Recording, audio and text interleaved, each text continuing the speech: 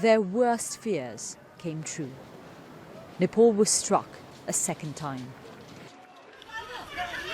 People who were already on edge with scores of tremors since the first earthquake last month poured onto Kathmandu's streets as the earth began to shake again. I'm trying to call to my home, but network is busy. It's not reachable. I'm worried for my family. I think it's a really big hit of earthquake because the gate has also slanted and every pole are moving like that they will fall again. Hospital patients were taken outside and laid on the pavement for their own safety. Nepal's parliament was in session. Disaster relief has been top priority for ministers and politicians here. But before they knew it, they were caught in the middle of another one. This time the epicenter was in the east of the country, close to Mount Everest.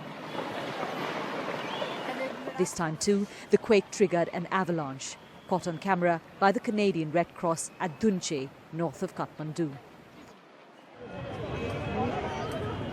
Some survivors of the earlier earthquake had to be rescued again.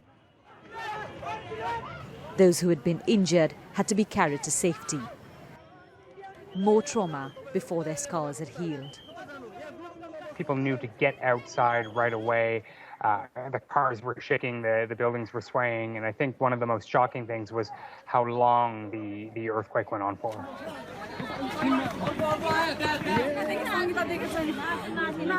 Today's earthquake has also taken lives. At Chautara, a small village near the Chinese border, at least 4 people have died. The area had already been badly hit by the disaster last month. This fresh earthquake struck Nepal at a time when people hadn't even begun to think about recovering from the devastation that the first one left behind.